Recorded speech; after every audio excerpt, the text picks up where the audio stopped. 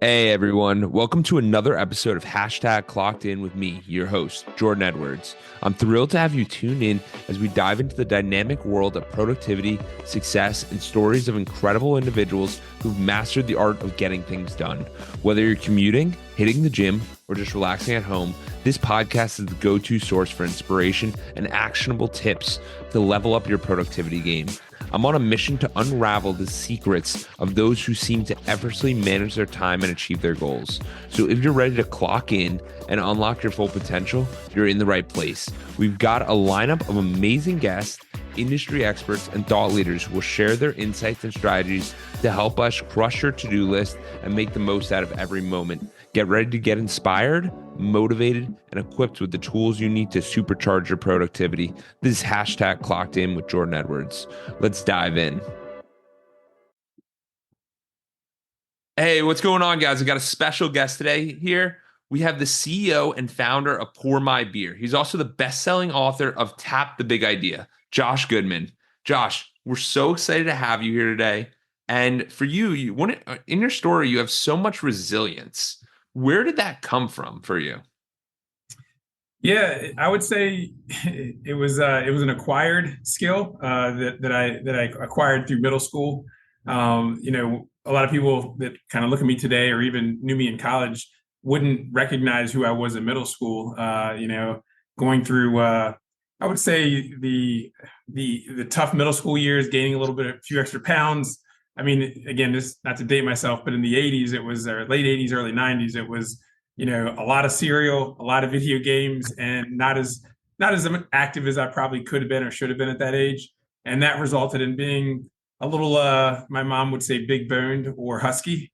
So the middle school years were tough, but looking back, that's what kind of started the process of me becoming more resilient, and going through some adversity. Yeah, absolutely. And it's funny because we always label ourselves in different ways to make people feel better.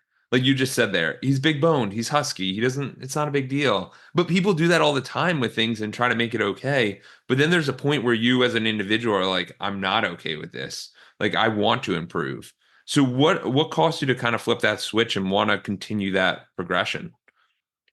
I'd say it was my freshman year. So, for me, just kind of from a size perspective, I was about 5'10", 180 pounds as a freshman in high school. And I'd played sports my whole life, and I'd done pretty well at them. But then my freshman year, I had to watch everyone else play a sport. So I was on the sidelines for football and on the sidelines watching them play and watching them enjoy it. And that that flipped a switch to me where I decided I didn't externally mention this to anybody, but I said, I'm going to go from being a no-name person on the JV to starting on the varsity my sophomore year. Oh And wow. it was a crazy goal, especially at our high school. I grew up in Chester, Virginia, so it's kind of a suburb of of Richmond. And that the school I went to, Thomas Dale, that we had several NFL athletes. Like it was kind of Texas style high school football. But every small community, everyone went to the games. I mean, the rival game would have 10,000 people there. So me saying a statement like that was insane. To be literally third string linebacker on JV and say, I'm going to start on varsity next year. But similar to what they say, you put things out in the universe and they happen, and it did. So that was kind of like I would say that the switch got flipped that freshman year in high school. Absolutely. Absolutely. And it's that now I imagine that you probably are a little more open with sharing the goals and aspirations as you have a company. But when you really do start, like the idea has to be born with inside of you because it can't be just someone wants it for you. You have to start wanting this inside of yourself and you want this drive. And we're just talking sports now, but we're going to start diving into business and other things. But for you, have you seen this throughout your entire life where I set the example and I went for it? Like action, like I set the plan and then I take action. Yeah, that's something that I'm a big believer in. Like even back then, I didn't have Chat GPT or things to tell me like this is the regimen you should do to go from a no-name freshman to starting on the varsity as a sophomore. I just put work in. I went to the gym more. I I reminded myself of that pain of what it's like to watch others enjoy a sport that you enjoy. And that became my fuel. And, that I would say consistency of just, I remember vividly going in my garage and turning musical and just doing push-ups and doing anything. There was no strategic method to improving myself. I just knew that I didn't. The other thing that happened after that freshman year of football is the wrestling coach came and gave a speech. It was my first experience as being sold to. I didn't realize Yeah. that till later in life, but he was doing a sales pitch on why you should wrestle because the wrestling team needed more wrestlers, and he started listing out all these NFL players that wrestled. Like Ray Oh, wow. Lewis and I think Justin Donald. In today's day and age. But he started naming off like 10 or 15 wrestlers, and then also some college athletes, because being in Virginia, you have Virginia Tech and UVA. So the names of the really good college players resonate as well. So he just did an excellent job selling me on wrestling. And that, I was like, okay, well, if I commit to that, that'll help me get to my goal. And again, that was just kind of, I would say that was, I don't want to call it luck, but it's like I didn't know that wrestling could help me get to where I wanted to go. And then just being involved in that team really changed a lot of my work habits and just, kind of like it was also fun, like beating people one on one. Like that was I'm very competitive. So in football, you have to compete alongside 10 other people and you work as a team. In wrestling, it's you and that other person on the mat. And if you lose, it's 100% your fault, you know? Absolutely. And I think one of the coolest things that we're talking about through sports is that no matter what you do, even if the sports are different, even if the things are different, it still helps you with everything you do. Like one of the things I've been doing recently, probably for the past year, is there's a Muay Thai gym down the street from me. So they have 6 a.m. classes Tuesday, Thursday, and I just go. And it's like, Jordan, why would you do Muay Thai? And it's because, first of all, you learn self-defense, you learn all these other things, but you start to learn about yourself and then you can apply yourself in different areas. Like if I do the Muay Thai in the morning, I have a better day. And you just start to realize these things that it's good to add in things that might not make sense at the time, but then they start to later down when you look backwards. Absolutely. I think just that part right there is trying new things and sucking at it, but continuing to do it, because you have to trust that work is gonna compound and add up to making you a better version of yourself or unlock a new version of yourself or introduce you to people that you might not have ever met before unless you did go down that road. Yeah, absolutely. And the really important thing is realizing that every time you do something and like the problem is that as people get better and better at things, like in your past story, like you did very well in sales. And it's like, okay, you do very well in sales. You don't usually want to restart because you're like, I have this standard for my life and I don't feel that I should be below that because I have this ego and I'm the man. Most people have that. So it's hard for them to try new things. But for you, what's allowed you to be so open to new things? Because new things are one of the biggest advantages, I think, to people, whether it's traveling to a new location, whether it's trying a new job, whether it's trying a new housing situation, whatever it is, I think it's so beneficial. For me, a lot of it's come from pain, not to sound like dark, but going back to the middle school experience, that was painful.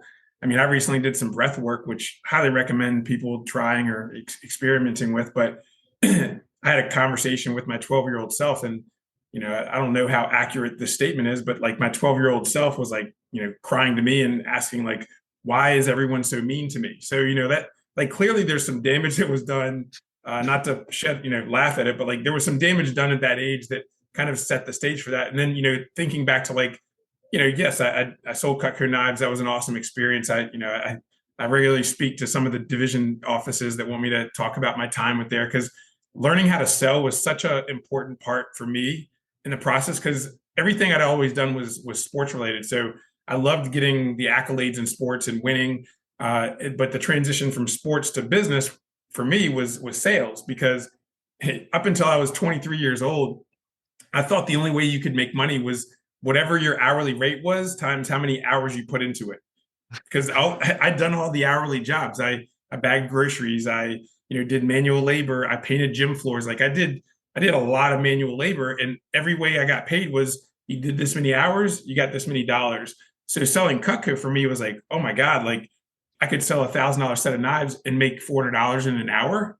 Okay, that's kind of cool, you know. Well, and it's so eye-opening because most of us aren't open to those opportunities where it's like you see people where you're like, oh, you've never experienced different kinds of money. Like you've never experienced the random highly hourly wage because you weren't selling something. You've never created the product. And usually that's where, I mean, it's a very new idea. Like it's not new, but like there's always been entrepreneurship, but it's been even more accessible nowadays than it's ever been, where you can literally sit there and go, wait, I have this idea. Let me see if it has value and has some legs, and I can see if I can make money.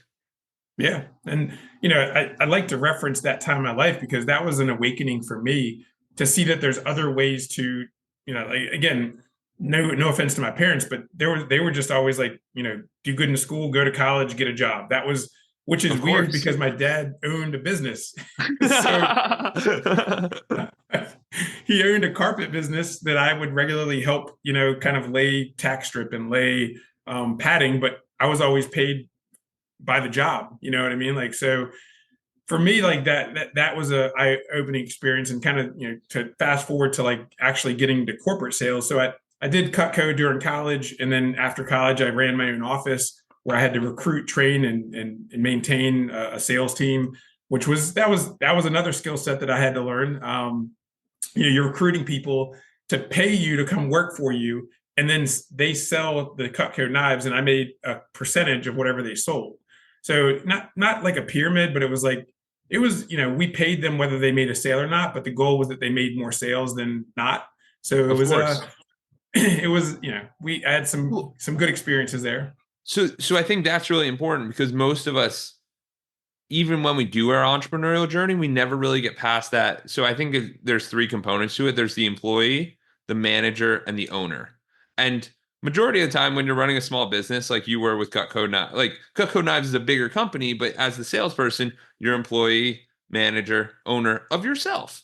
And then as you go to a bigger thing, you're like, okay, we can hire employees. I can manage them. There's obviously the owner of Cutco Knives, so they're owning all of it, but it's just whenever you go through these things, you have to realize where you're at in that framework. And each of those requires a completely different skill set to sell a person to, hey, let's join the team to, do you want knives? They're completely different. And you have to pull people on what really drives them. So, how are you able to even recruit people? Because I feel like it's not an easy process at all.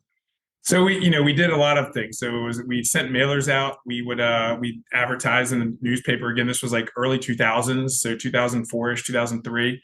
And we would get, a flood of emails and calls coming in. And then I had receptionists that I would pay to schedule appointments to meet with me for an interview. And the interview process was about an hour and 15 minutes. And it was really just me explaining the position in full detail, but also like using a lot of takeaways, explaining like how the $15 base appointment worked and how commissions worked, and how our team set up appointments. And it like a lot of direct sales type roles, it starts with your kind of family, friends that you're presenting to, and then you get I guess the referrals from there. And I think that's where, for me, when I sold Cutco, it was seeing people that were like second and third generation referrals spending $1,000 with me. It really just, I would say, amplified my conviction in the product, because I was able to sell to people I'd never met before, you know? Um, yeah. And So no, but that's a huge point because most of us always go friends and family. Very few friends and family are going to support you because they have a frame of who you are as an individual. They go, why is Josh, the football player, trying to sell me knives? It doesn't make sense. But when you have these new people come in, it's a completely different frame. And they sit there and go, Josh sells Cutco. I don't know anything about Josh. That's what he does. I would go on. And it's this interesting thing. And I say this because I have groups that I coach with, and a lot of people struggle with this idea. And that's why friendships are kind of hard to maintain because they're like, my friends don't view me in the different light because the friends only view you in the light of, hey, we're friends. Like, we sat on the couch together. We played football together. I can never see Josh doing better than me because we played football together. How could he do better? And it's a lot of internal stuff. And for me, I always something. I mean, I would say maybe some of this is just natural, but like I would always kind of pull down any barriers from the start. Like I would spend 20, 30 minutes just talking and building rapport, telling them how I'm trying to earn a scholarship through, through selling the Cutco, and talking about like my experience in college and just how I know, like, if it's a second or third layer person, dropping in little funny stories about the people that they know. So there's like that connective too. And it's funny because a lot of that I would say came natural. I mean, I did go to sales training seminars with Cutco, but they talked about rapport, but I think that in itself as an art form is building a connection with somebody without them feeling like you're giving them like 30 questions, just trying like to desperately find that connective thing. Or, again, like just, again, this sounds generic, but someone's got a picture of a fish on their wall, and you don't recognize the picture of the fish. You just randomly say, yeah, last week I took my son up to go fishing in the Finger Lakes. You should look at the size of this fish we caught. It's like, so that he fishes or she fishes. So you're going to inject a story about fishing into the conversation. And then guess what? Now they're going to tell you a story.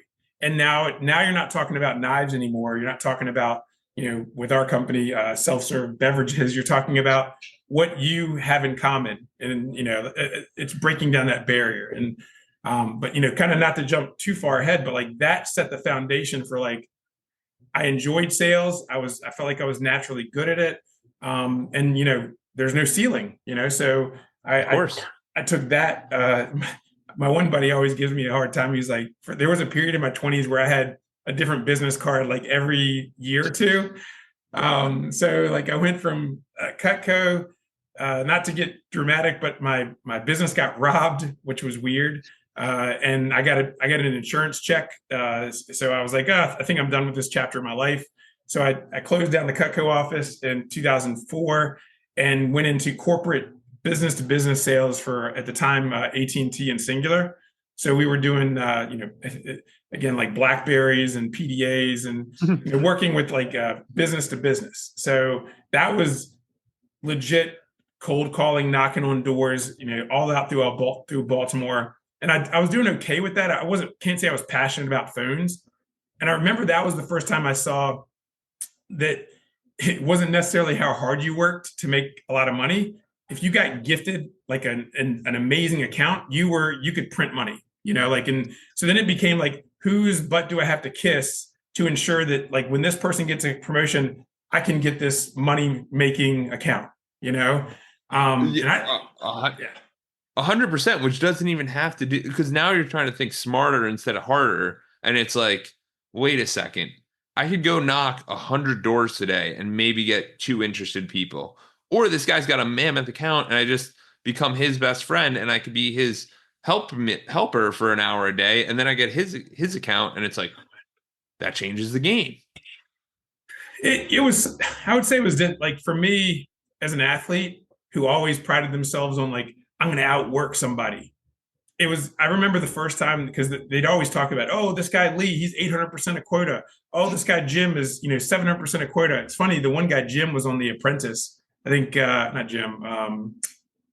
Yeah, he was on The Apprentice, like one of the first Apprentice shows they had. But they were touting him. But I always try to follow like R&D research. Research and development. Yeah. The other R&D, rob and duplicate. So you follow them, you learn how they do what they do, and you duplicate it so you can have similar results. And I remember going and I was like, can I shadow you guys for the day? Because again, in a commission job, like you got to go close deals. That's how you make money. Like I think the time my salary was like 30 or 40 grand, and the expectation was that at quota you were making $5 grand in bonus a month. So these guys were like, like I said, 700 to 800% of quota, and then they got amplifiers. 40 grand. Yeah, they were killing it.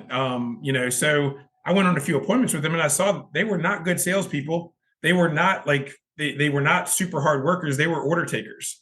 But that was one of those things where I was like, my honeymoon, similar to yours coming up, came.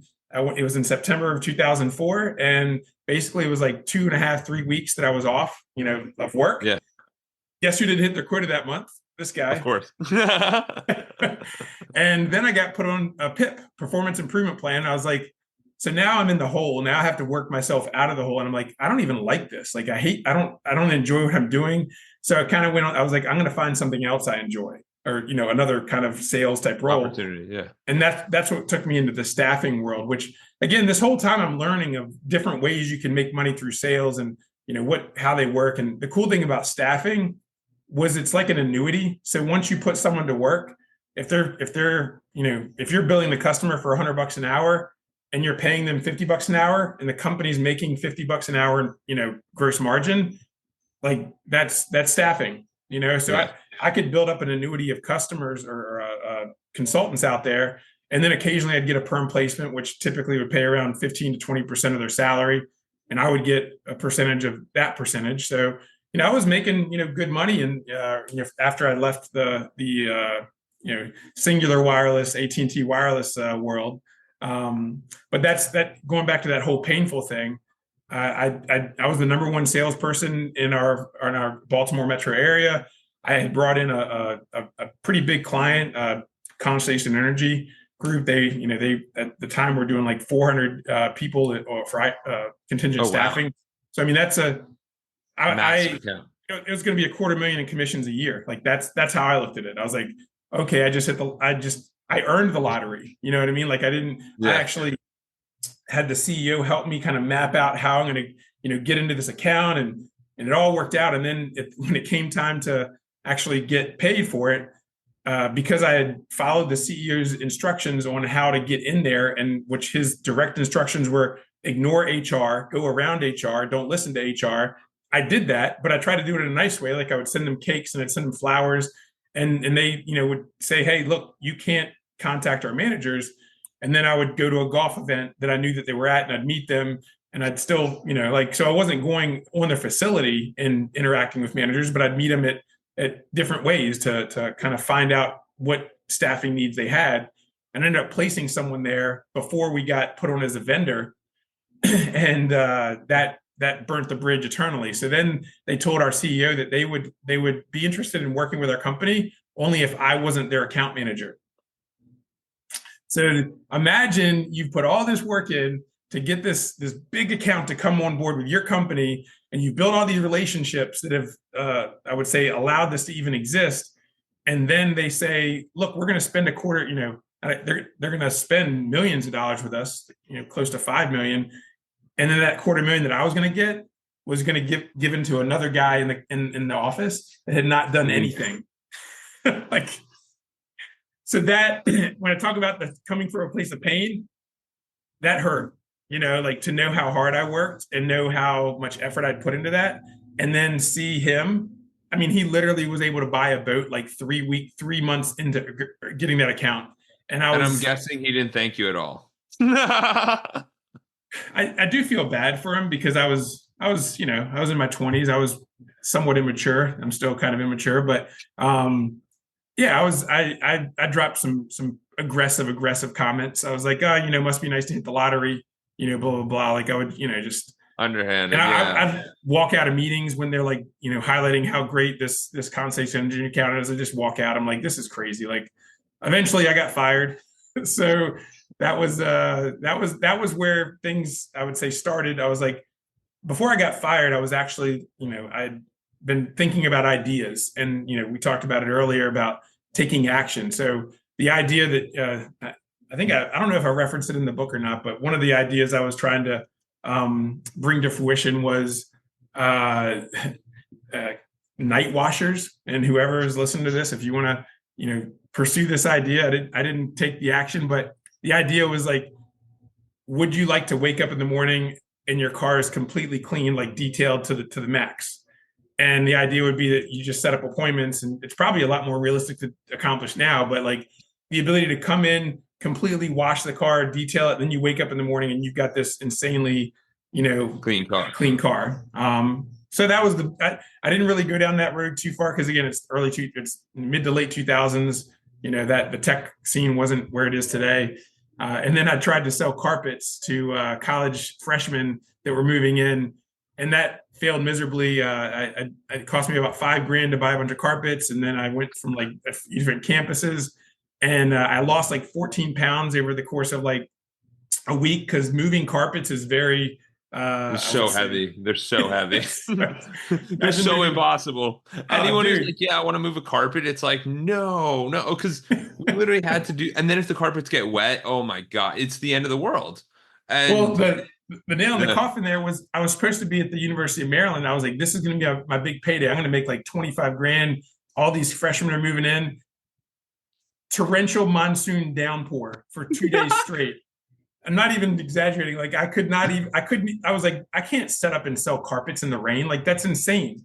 So now yeah, I'm stuck with all these carpets. I ended up driving around to a bunch of different carpet places in the DC area and setting them up for consignment because I was like, I could only imagine what your wife's going through with the $5,000 worth of carpets in the house. It's all over the place. You're like, I'm not crazy. Like, we're gonna win. I swear we're gonna win. But like, this might not be because the thing I appreciate with you, Josh, and like a lot of people aren't vulnerable enough to go, hey, I failed a ton.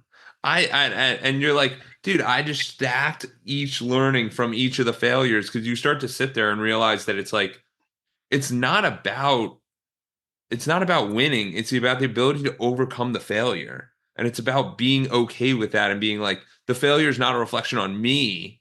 It's a reflection on like where I need to grow and what I can do differently. And maybe I didn't read this correctly. yeah, and I think you have to experiment. I mean, Of hopefully you're course. not losing $5,000 every time you experiment. But I will say I didn't lose money there. It just was the hardest I've ever worked to make 2 grand in my life. So I netted 7 grand out of the five, but it took me like 6 or 7 months and a Yeah. lot of. I probably lost money when you take the gas into account and everything like that. But it was, yeah. But yeah, that I mean that was so that happened, and my wife was also, I think, so this was 2000 like 8 9, so she was pregnant with my first or their first son. I'm sure she's thinking like, man, this guy, I really I picked a picked a winner winner here. here. Dude, I don't know what it is, but as I'm going through this, because Josh mentioned like I just got married a week ago, 10 days ago, and I'm going on my honeymoon tomorrow. And it's just, dude, you start to sit there and there's so many life events happening, and you're like, dude, the financials are not ready. Like what do I need to do to get this going? Because Yeah. you want to have a family, but you don't want to be like not be able to take care of them. And it's this stressful thing of like, ah, No, it was so, what happened is I guess to get to the whole like tap the big idea concept was I was doing all these things, and then the one, not to give away the story, but like I was at a bar in Baltimore, and I met a few buddies of mine, and we were just going to have a few drinks before an Orioles game, and we're sitting there, and it takes like 20 minutes to get a drink, and I'm like, this is ridiculous. Like I can see the taps right there. Like could I just go over there and just pour 4 beers? And they're like, yeah, that'd be cool. And I was like, no, but why can't I? Like, why can't I just pour my own drinks? Like we pump our own gas. And they were like, at the time I was like, would you pay like an extra $2 to be able to pour your own beer? And all of my friends were like, I'd pay $10 to pour my own beer. I just want to get a drink. And so that I left the bar, and I'll send you the original business plan that I did after I left the bar. But I was up till like 4 a.m. I was like, I've got the big idea. It's like you feel like you've got this thing and you just want to share it with the world. But I didn't have a coding background. I didn't have an engineering background. I didn't have like any of the things like that you would need to bring this business to fruition. I yeah. had the ability to sell, but that can only take you so far if you don't have a product. But what I will say is by sharing that with like a lot of different people, it it opened up like different doors that would not have been opened up. So I shared with a bunch of friends. I shared the crappy business plan I put together, and I always like to have friends that'll shoot holes in things. Of Hey, tell course. me Yeah. where you think this Broaden isn't going to perspective. work. Yeah. And my one buddy was like, "Hey, there's a company in Atlanta that just did taps on the table." And I was like, "Well, that's not really what I'm going for, but I'll reach out to them and see what their deal What is." to do. It was at a bar called Stats down in Atlanta, and so I was like, "Screw it, I'm going to get on a plane and go check it out." So I got on a plane and and went down there, and I ended up meeting the guy that did that. And he had actually gotten the technology from a guy in Ireland named Philip. And he was like, yeah, I'm gonna focus on opening up a bunch of places like this. If you'd like to help sell, there might be an opportunity for that. Well, I went 0 for 50 trying to sell that product, which is, that's a very demoralizing experience to go 0 for 50. I probably rounded up. Maybe it was 47, but either way, never let the truth get in the way of a good story. Right? But it's super important. I want to bring this up. It's super important that as the audience is listening, Josh literally said, "Hey, I heard about this guy, and I'm gonna hop on a plane and go see him." The guy didn't know he was coming. He just said, "I'm going," and it's like, you just went. Like, these are what it takes. These are the decisions it takes to create your dreams and to make them a reality. And it doesn't hurt to spend a little bit of money to go explore and see the possibility of this, because you never know what you're going to run into. So I just wanted to add that. But you're doing great. No, it was, but I tried to get things going, and the feedback I got from a lot of customers was, man, this is going to be really expensive, not just for your product, but to run draft lines through the floors to all the tables. And then the one said, hey, if you had like a mobile solution, like something that could roll in and we could test it out, I'd be up for that. So then, I was like, well, could we do that? And, the guy in Atlanta was like, yeah, are you going to pay for it? And I was like, yeah, I'll pay for it. So, I'd been still making some money doing the staffing thing just here and there. So I had some cash, and I think I spent about 10 grand to make these 2 beer tables. And I got the guy to sign a 6-month lease that was going to cover, I think it was going to be about 12 grand over the 6 months. So I figured, hey, like, I'll make 2 grand off of it, and I'm able to prove the concept. And the interesting part is, when I had them built and I installed them in his place, I was like, oh, you should put these 2 like craft beers on there. And he was like, nah, we're going to put Miller Lite and Blue Moon. And I was like, really? Those are the 2 beers you're going to put on both tables? He was like, yeah. He said, because they come in and they spend $500 every Wednesday on a hamburger, so they're going to get whatever they want, like the Miller and the Miller replica. Yeah. Not to share any illegal practices, but that was 2008.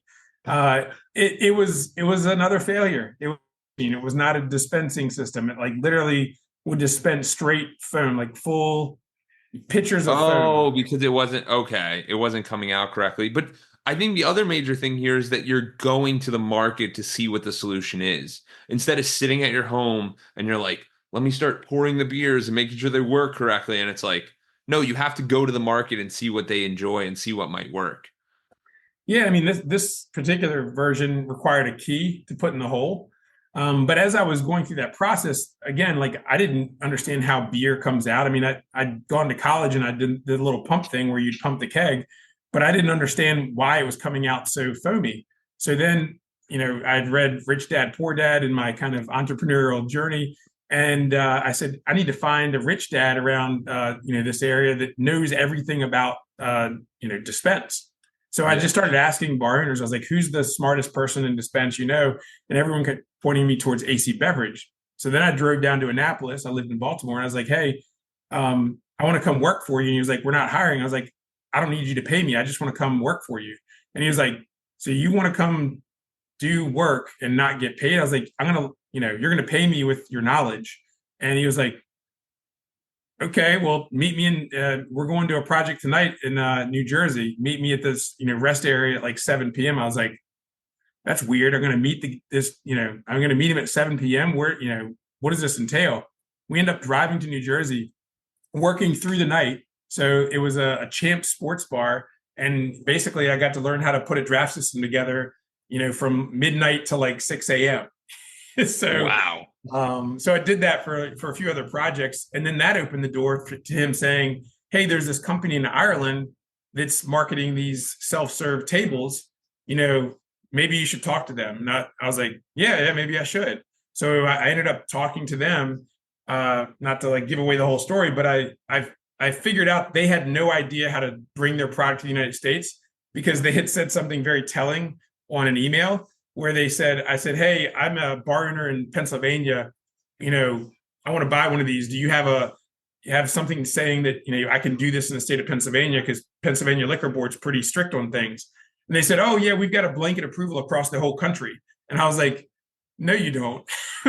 Like, that doesn't exist. I personally had to get, approval for my technology prior to them, every single state, and in Maryland, every single county. So I basically was a paralegal at this stage in my life because I had to get all these liquor authorities to approve it.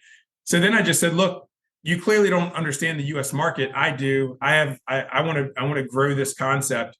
What does it look like for us to work together? So they flew me to Ireland. I'd never been to Ireland. Time was 2009. So I'm barely 30, I guess. And it was awesome. I got a flight to Ireland. I got to drive around Ireland with their, some of their leadership team and see how it was working in the market. And they had landed a pretty large deal with Diageo, the owners of Guinness. So it wasn't like they had to go out and get 200 locations individually. They landed one customer who gave it away to all of the pubs in Ireland. Huge. So that's illegal in the United States. So that model wouldn't work here because they want to encourage, I guess, fair competitiveness. So it's like, that local craft beer has the same opportunity to get on tap as, a macro, okay. Interesting. But that was, so that was kind of like that next step, but it's, just kind of like connecting the dots backwards. Like at each stage, I kind of took a leap of faith. Like, of course, I don't know how this is going to work out, but let's try this, but that was my first like actual job after, probably a year and a half or 2 years of not, like, I was just, kind of like doing little things here and there to create money, No, absolutely. And that's what it takes sometimes, where you sit there and you go, I don't know what I'm doing, but I'm working towards this goal. And by you going up to people and going, hey, man, I want to work for free. He's obviously like, what is this guy's deal? But like, come along. There's so many people that would do that because they're like, oh, this guy's driven. He actually wants to do something. But too few people are willing to put themselves in that situation because maybe they haven't saved up enough money. Maybe they aren't in the right financial situation. Maybe they aren't driven. Sometimes you just got to jump and see what ends up happening. And it sounds very similar to I had the founder of Reebok on, and he talked about how he had to make a Boston connection to get Reebok into the States. He's like, dude, it is so hard to get in the States. He's like, the States is like another monster. So it sounds very similar to what you did and realize the value prop that you had, because a lot of us don't realize the value that we bring. But you were able to see that for yourself, which I think is awesome. Well, it kind of brings up an interesting point to your listeners too. I actually got offered a job to work for him because he saw how hard I worked and how how driven I was. And he actually tried to sell me off Self-Board. He's like, that's going to be a fad. Like, don't, like, come work with me. You could make make good money. Like, I like your work ethic. I think you bring a lot of good energy to the team. Because I was literally working for free for like a month or two, where I would just show up hey, tell me what project I can help out on. And then they just kept giving me more and more responsibility. But that gave me the foundation for like understanding draft systems. And then also I was able to make the foam go away. Like, I would have foam nightmares, when we did some installations, because it was just straight foam coming out the taps, and so but all that to say, like, if you're listening to this and you're excited about a certain field, find somebody killing in that field and do what I just did. I'll offer to work for free. And if you're like me, you'll probably get offered a job at the end of that free period, And the thing is that when you're a high performer, people want to attract high performers. It's very hard to do that. So anyone who does this, like, I'll work for free thing, people love that. And they'll be like, come work for us or make some money with us, at least, like, do something with us, because they want to keep those people around. Yeah. And that's actually, someone did that to me. Duncan, he's awesome guy. He's in the book. He's from Australia, and he messaged us over email and said, hey, I want to do a free internship with you guys in the United States. And then he got on a plane, showed up in Chicago when I lived there, and he worked with us for like, after like a month, I was like, dude, I can't not pay you. You're doing so much work. Like, I got to pay you. And he was like, oh, thanks, mate. And so he it was funny because he bought a moped when he landed and he would drive. It was a broken moped, so he bought a broken moped because he grew up on a farm. He learned how to fix it, so he fixed it and used that to get to the office every day, and then sold it for more than he bought it for on the way out. So it was like, I was like, I love this kid. He's so creative. But So creative. And the thing is, but you have to be open enough to respond to someone who's like, I want to come work for you from Australia. Like most people are like, yeah, that's a BS email, delete. So my point here is that Josh saw opportunity everywhere. And you have to see opportunity everywhere. And only when your eyes are open and you see these different possibilities does it become an opportunity.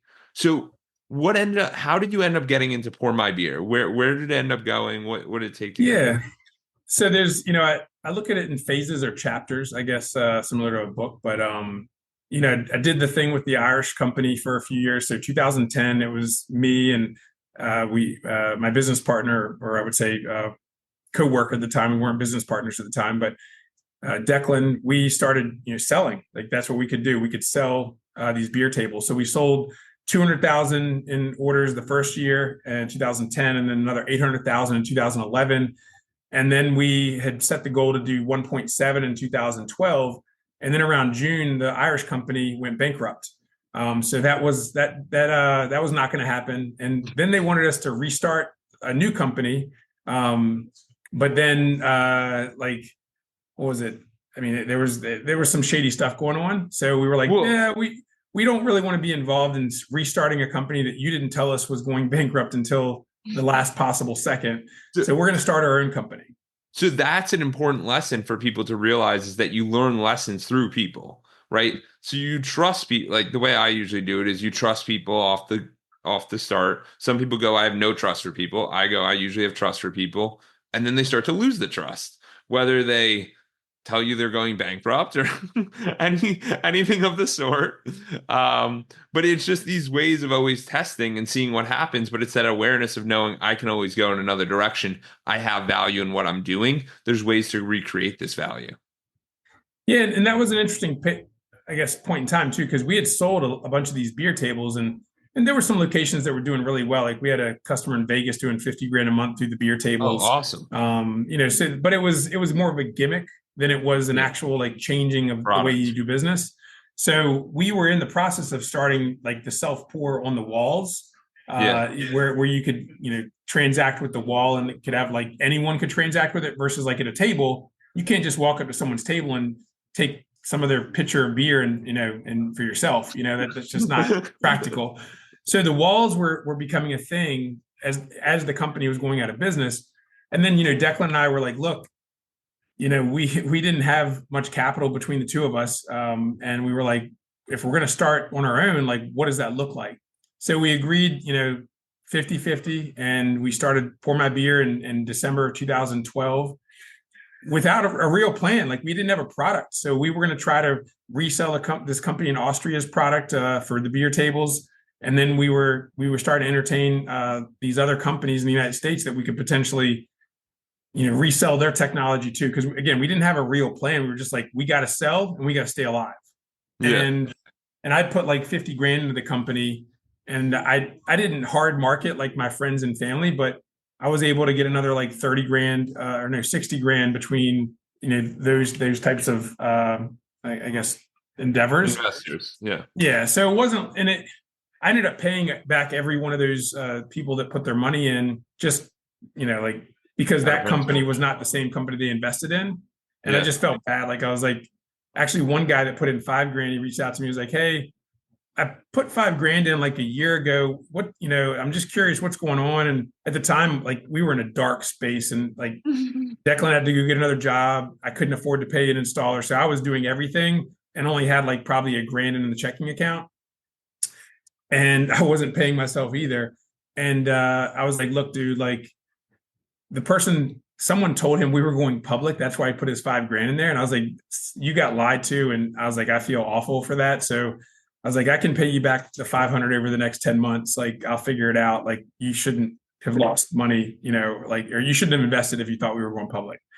And after talking to him and telling him kind of my plan with getting this Austrian company as my partner, and, he was like, you know what, like, I want to let it ride. I think it's, I think you're going down the right path. So So that was 2015-ish when he had approached me about getting his money back. But in 2014, I call that my Britney moment. That's where I shaved my head and went a little crazy.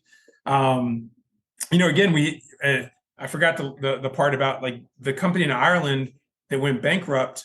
They did start another company and they owed us $100,000, but they never paid us. But I gave them back the website that I had built. Like I had built this marketing tool to get leads in, Yeah. and it was doing what it was supposed to do. And I'd gotten us on Bar Rescue. So every time Bar Rescue came on, we were getting more leads. So it Oh was my this God. it was this lead gen machine. And I was like, look, I'll give you back the website if you give me, if you commit to paying me, 10 The grand a money. month for the next 10 months. And Yeah. they said, okay, we'll do that. And guess what? We didn't get paid the first month. Instead, we got served papers that they were suing us. Oh And my God. I was like, so not only do I not have the money now, you've got this lead gen tool, and I've got to probably take out a loan to defend myself. Yeah. It's just like, talk about like the worst possible start of a company. It's like, no money, you're getting federally sued, and and on top of that, they paid a PR company to send this press release to like of them suing us to like all of our prospects. So it was like, wow, Oh, because you you had all the guys clients lined are up. Yeah. like next Ridiculous. next level awful people. Like, so yeah, but like they're dead now, not physically, but as a company. And here we are, with 600 plus locations. So it's, the good guys do win. Not to end it on that, but like that pain of going through that motivated me to be like, all right, I've been down this road before. Let's go. I We can can take a survive. beating. Yeah, we can survive because it is just that's incredible. Because there's so much of it where we just have so much adversity in our life and we don't realize, but it's all those moments that led up to that. It's the middle school, it's the getting the 250 removed, it's all of these adversities that you've already faced. And then you get to this point and it's like, I don't back down, I step up. I'm going to war. I'm ready for this. Yeah, no, I mean, and there's been anyone that reads the book, you'll read about some other gut shots that took place, but you're able to take those gut shots when it's like business coach Dan Martell. He always says, like, you start out freaking out over $500 problems, and then the 500 problems aren't a big deal, and then it's the $5,000 problems, and then the $5,000 problems aren't a big deal, and then it's $50,000 problems. And he was like, once you get up to a $500,000 problem, not really impacting you, like that's the next one's a $5 million problem, right? So it's like it's just upping the level of pain threshold, I guess. Yeah. And it takes time. It takes a lot of time to up that pain threshold. And most people never experience it because they don't choose this life of creation and value creation and going out and doing something that's an incredible feat. So you guys have 600 plus locations today. I know you have like over 100 projects you're working on. What excites you the most about overcoming these challenges? And what is something that you could leave the audience knowing like, hey, it's going to be okay. Like I have been beaten down and I have overcame. So like you can too. Yeah, I mean, we're in the hospitality business. I mean, we're a technology company, but we are in the hospitality business, which, man, so many unique, amazing people that I've gotten to meet and interact with over the years.